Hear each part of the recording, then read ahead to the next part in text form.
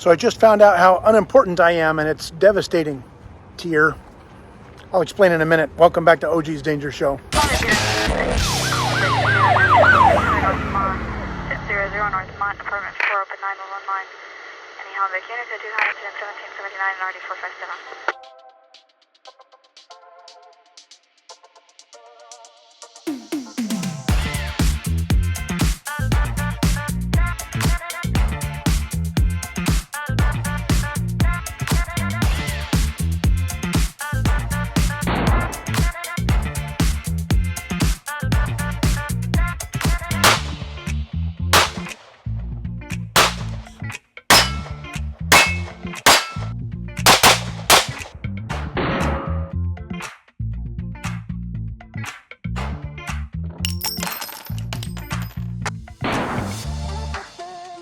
Canik MC9 iron sights, 100 yards. There we go. Welcome back, original gangsters. Officer Greg out here with you again. Actually, not Officer Greg. Recently retired Officer Greg. Notice this little white shit on my chin. Some of you might have white shit on your chin too, but it's a little different. You're disgusting. I have recently retired from my job in law enforcement. And now that I can speak freely about such things, I was employed for 23 and a half years with the California Highway Patrol as an officer, range master, active shooter instructor, weapons transition guy, you know, all that other kind of stuff. So that was sort of my field. And I'm going to be putting out a video here real soon about kind of like a ride along with the Highway Patrol if you guys think that would be something you'd want to see. I took the camera along with me for about 3 or 4 weeks to in crash investigations, regular old tickets, just to kind of tour you guys around and show you what I did for 23 and a half years. Anyway, today I'm getting back to something that I find kind of interesting, and I think you guys are going to like this little pistol. This is the Canik Mete MC9, a little, well, I call it a micro compact. It's actually more of a subcompact. But first, let me give you a little story about how I got my hands on the MC9. So I've been shooting and carrying this larger Canik Mete 9mm pistol for quite some time now. I ordered it a couple years ago, thought it was a really cool looking pistol. This came first after ordering the Canik SFX, not the Rival or anything like that. That was all before this. It was kind of a race gun, and I chose this pistol over that one. I actually traded that one back in and chose this pistol because I wanted something that was able to accept a red dot on top along with backup iron sights, and the SFX did not allow for those things to be on the same pistol. And just overall the tan color and more of a carry pistol look. I've been really impressed with this pistol. I've been carrying it a lot in colder weather when I have the larger garments to carry this thing, but in hotter weather I'm kind of stuck with going back to my Smith & Wesson Shield Plus, one of my favorite little subcompact 9mm, until we got the Canik Mete MC9. This is a little, well, I think MC is supposed to stand for micro compact. I don't really know if I would call it a micro compact, but it is certainly a subcompact, and we're going to compare it to some other pistols that you might be familiar with here real soon. But first, let me tell you a little story about how I got my hands on this and what a difficult project that was. So this past spring, when these things were starting to hit the market here in the US, they were wildly popular. Everybody who was anybody on YouTube had one of these things. All the cool guys had them. Even some of the tinier channels, much smaller than my channel at the time, got their hands on these things. And even that fly got one. When I saw these smaller channels reaching out and getting a copy of these things sent to them, I decided, well, I'm going to contact Canik since they are very unlikely to contact me. I'm going to get a hold of the marketing guys over at Canik, and I'm going to see if I can't get one of these things sent to me for testing and review. And now, mind you, I am not some kind of influencer where I think that I should be able to call up a company and they send me out free gear. I've never once asked for free gear, and I didn't start with this one. I actually contacted, well, I won't even use his name. I contacted the head of the marketing over at Canik here in the US. I asked him if I could get a copy of the MC9 sent to me for review. The marketing guy over at Canik asked me how I would plan on reviewing this thing, what I planned on covering. I talked to him about making a video about how the full-size Canik was a great carry pistol that I'd pretty much fallen in love with, and how now, because I live in hot weather country, how I wanted to now carry get my hands on and review and carry this little Mete MC9. So I sent my series of emails off offering to pay for this thing each and every time, and at the end of it all, I never heard back from Canik, ever. Never got a reply back from them after the first couple of emails. So I know they know how to find me. They decided I wasn't cool enough. So just when you think you're starting to get super cool, people who are actually cool come out and let you know that you're not. They pretty much didn't give a shit whether OG got his hands on a MC9 to review. So I went ahead and put out the feelers through my regular gun dealer, and a few weeks later, one had arrived. I claimed it really quick as soon as it landed. Now I'm out here today. It's 99 degrees. It's friggin' hot out here. I happen to have tucked away in the shade near a river, so it's a little bit better, but still pretty dang hot country. And I find myself most of the year, along with a lot of you, wearing just shorts and a t-shirt, right? We're doughy middle-aged dads. We're not super tactical dudes. I find that a little subcompact pistol travels with me about 99% of the time. So I picked up my version of this MC9 from my gun dealer a couple months ago. It's been a while. It takes me a while to get around to making videos, at least up until now. Now I guess I'm a professional YouTuber. My first impressions were, just like its bigger brother, I really liked the way this thing was built. I liked the way it felt in my hand, and I liked the features that came with the Canik. Now those of you who own a Canik or you have seen a lot of videos about the Canik pistols know that they are kind of famous now for coming out with just a lot of shit in the box here that Glocks, my favorite Smith & Wessons, none of them can even hold a candle to how much stuff you get in a box here with a Canik. You're going to get the pistol and a magazine, duh. This Canik pistol comes with a 12-round magazine, more of a flush fit magazine. It also comes with an extended base plate, and because of my big Shrek-sized hands, I needed that little extended finger base plate on there almost immediately. I swapped it out within minutes. The flush pistol really is only captured by 2 of my fingers here, and that's, although I have some of those, it's really not ideal for shooting. So I wanted to get rid of that pretty quick and put that extended base plate on there. Now I can get the better part of 3 of my big old sausage fingers on that pistol. I like it. It also comes with a 15-round magazine. And when you have the 15-round magazine in there, for those of you with larger hands, you just have no problem whatsoever. I've got plenty of room for all of my sausage fingers right there on the pistol. Makes for a very comfortable pistol. Now, not a surprise to those of you who have heard anything about this pistol, or really any modern pistol. This little dinky subcompact will also take the big giant 17-round magazines from its big brother. This is a 17-round pistol, 17-in-1 that I carry here in the winter. But its big old 17-round magazines will snap nicely up into the bottom of the Mete MC9 and make one hell of a high-capacity, small compact pistol. The reason I like this idea is if you're ever out on the road and you can only carry one pistol with you, and you can take this little dinky guy out there with you for concealed carry, as you're walking around town and everything. You come home at night, maybe you're out on the road and you're traveling.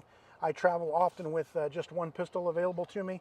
I could take this little dinky thing as a compact carry pistol, and then at night I could insert the larger magazines, set this on a nightstand at a hotel, and really have a pretty decent nightstand gun, home protection little pistol. I stuff it in its lovely little included holster, which is actually kind of a crap holster, but we'll talk about that in a minute. And I am ready to hit the road right now, right away. Carry these spare magazines on your belt, and if needed, if you're in one hell of a gunfight where you need a whole lot of rounds, pull that 17er out, snap it in there, and get to business. Probably don't need to say it, but I will anyway. This is a polymer striker-fired pistol. But one of the things you're going to see right here is the cocked striker indicator. Like a lot of old-timey rifles and a lot of European pistols, when your striker is cocked, and your striker should always be cocked, folks, you're going to see that little red dot right there popped out to the front. I have a safe pistol here, and I'm also pointed in a safe direction. When I pull this trigger, you're going to see that little cocked striker indicator disappear up into the pistol. So the MC9 is a 21-ounce pistol, so it's very light and easy, and as we mentioned before, it's rather thin. This is a very easy pistol to carry all day long without any discomfort or bulkiness. It has an ambidextrous slide lock or slide release, very much HK style slide release there that you can see. I found it rather difficult to activate. Not difficult, but it's a little stiff to activate in the beginning, and I don't really use it anyway because a lot of my pistols have optics on the top. I kind of prefer going over the top and releasing all of my guns that way. I use a few different pistol platforms. I know that they're always going to work the exact same way. If you train with one and only one pistol system your entire life, that's great because you always know where that little button is.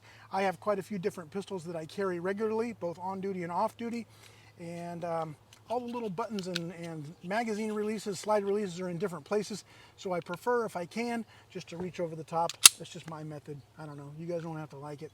It's what I like to do. Not only is the slide release ambidextrous on both sides for lefties and righties, but the magazine release, although it's only on the left side for right-handed shooters, it's easily swapped over to the opposite side for left-handed shooters, so you can make this a lefty gun very, very easily if Jesus made you wrong. Now, one of the things that Canik's kind of been known for since they hit the U.S. market is their crazy good triggers. These have some awesome triggers in them. They have a little Glock-style dingus in the middle, a little trigger safety. It's not really a flat-face trigger. It's not certainly as scooped and curved as the early Smith & Wesson pistols, but it's a very, very good responsive trigger. I haven't shot this little pistol yet. We're going to fire the first rounds through it out here today, but I will tell you, this is one of the best triggers on any gun that I've ever had, any production gun. I often have to swap out my Smith & Wesson or Glocks to Apex triggers. This is a damn good trigger straight out of the box, and it feels to me like, although maybe a little bit stiffer, that this is going to be just as good of a trigger with just a great, great reset. You can see very, very short reset. So it's really tough to argue about getting your value for the money. You get way more in the box with this pistol. You're getting a pistol right out of the box that is ready to go, including carry options like different magazines, great sights, and a holster that's usable, if not a little flimsy. But Canik is just including a lot more stuff in a box, and for about $400, $450, this is one hell of a great find. It's my humble opinion, and I really hate to admit this, but you're getting a lot more pistol and equipment for the money for $400, $450 than you are with a Glock that's way more than that, and a Smith & Wesson that's even slightly more than that. So I think there's a really good value. So far, I've had great luck, and I've heard nothing but great things about the Canik pistol. Let's go ahead and shoot it today and see what we think about it downrange, doing what it's meant to do, busting rhymes and spitting flows.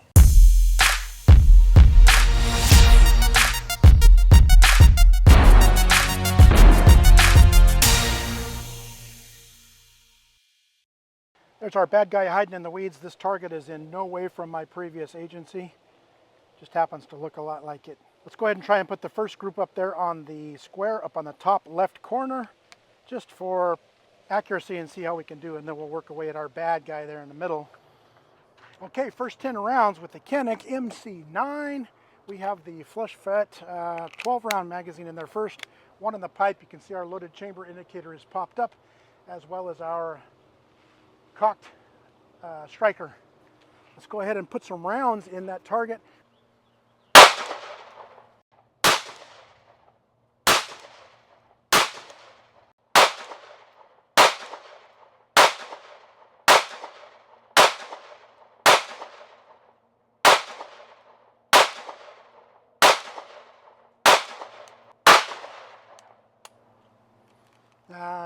The slide did not lock open on the last round. We'll see if that repeats itself on the next magazine. Let's go ahead and try the square on the bottom left. See what we can do. This is the smaller 12-round magazine. I'm going to slow down. I'm also going to watch where my fingers are to make sure I'm not hitting that slide release. Whoa.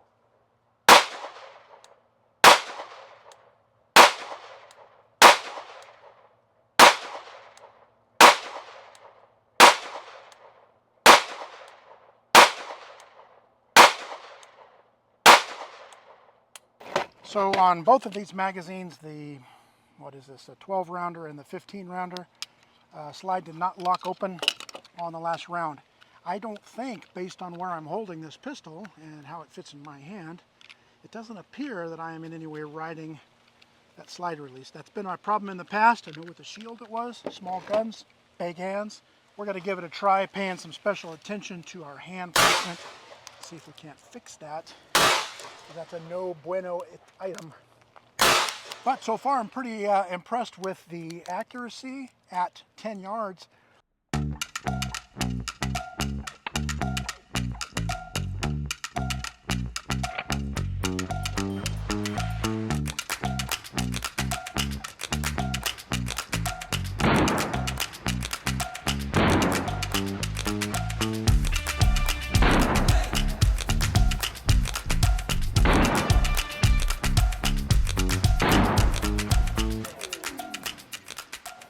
Okay, so that was the third and fourth magazines out of this thing where the slide did not lock back open on the last round.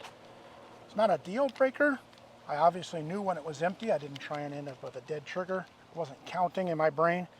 I don't know why that is. I don't know if it's the magazine. Usually that's caused by something on the follower.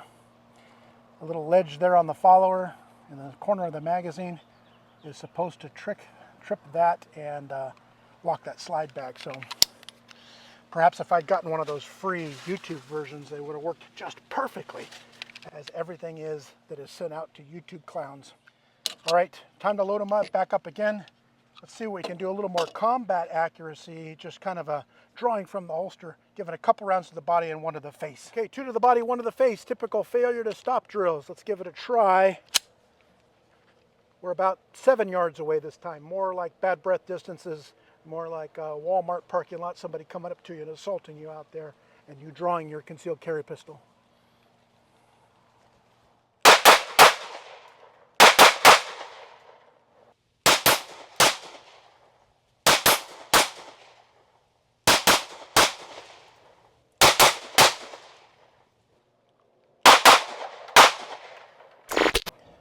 One of the reasons why I really like these challenge steel targets, I know I've showed you guys this before in other videos, but for new viewers, these steel targets are just the vitals of a bad guy. If I hold it up in front of my face, you're going to see that it's just my face and my vitals right here. It's none of the extra goo on the outside. Any strike we make on these targets is a good fight, stop, and hit to the face or chest and lungs, center mass area. That's why I like these things. Not sponsored by Challenge Targets, by the way. I bought all these with Patreon dollars, all the stands that go with them. I just love them. I repaint them, and I bought a stencil from Big Dog Steel, and I repaint these things. Yes, I know. Everybody says it looks like Jocko Willink. Whatever.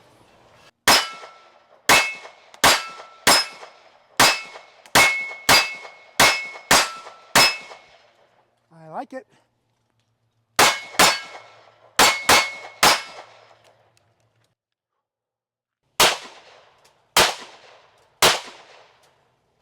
Locked open that time.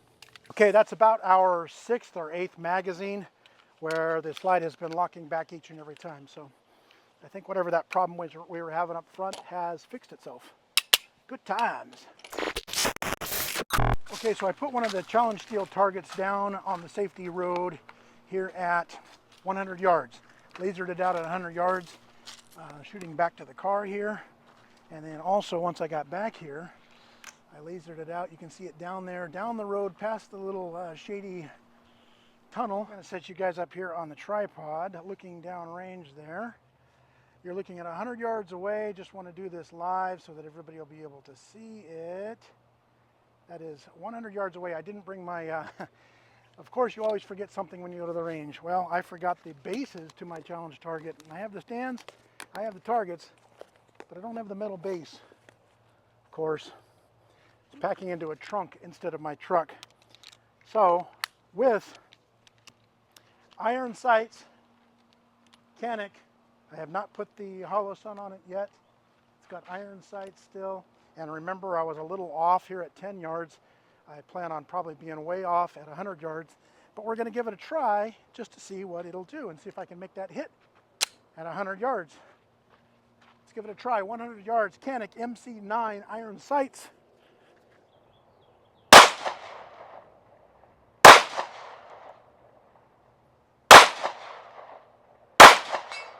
There we go. We flipped him over. It took me, I think, 4 rounds, but I hit him 100 yards away. Tipped the chair over, so I guess that's it for that test.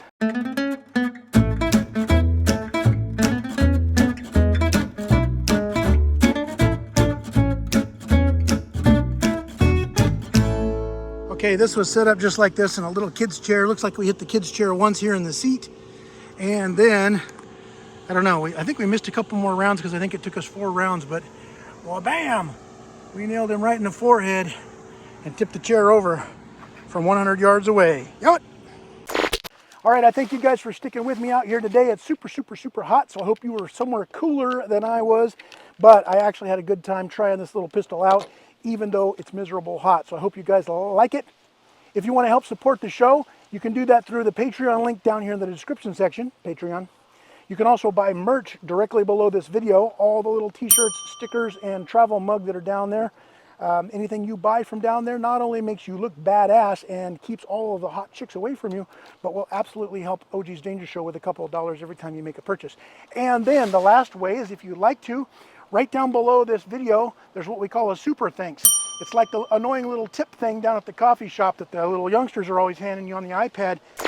Like a midget at a urinal, I want you guys to stay on your toes.